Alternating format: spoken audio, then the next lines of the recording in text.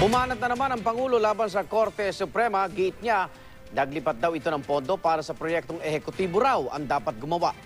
Pareho raw yan sa bahagi ng Disbursement Acceleration Program o DAP na idineklarang unconstitutional ng Korte. Wala pang tugon sa partikular na isyong yan ang mataas na hukuman. Saksi si Teresa Andrada.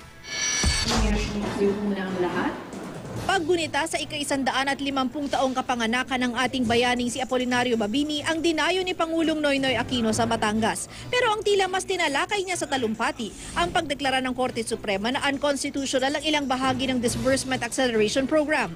Muli niyang inulit ang naging bahagi ng apela ng Palasyo sa Korte Suprema. Ipinuntong nagawa na ng mga mahistrado ang paglilipat ng pondo mula sa isang sangay ng gobyerno papunta sa ibang sangay.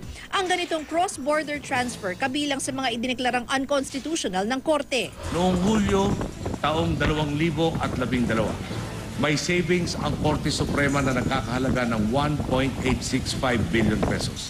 Inilaan ito para dagdagan ang pondong pampagawa ng Manila Hall of Justice. Malinaw po, ang pera ng hudikatura inilaan nila para sa proyektong ehekutibo dapat ang gumagawa. Muntik pa raw itong maulit noong 2012 nang hilingin ng Supreme Court na ilipat ang 100 billion pesos na pondo ng DOJ patungo sa budget ng hudikatura para sa pagtatayo ng Malabon Hall of Justice. Binawi nila ang kanilang hiling noong Desyembre taong 2013 kung kailan nagiging mainit na ang usapin ukol sa DAP.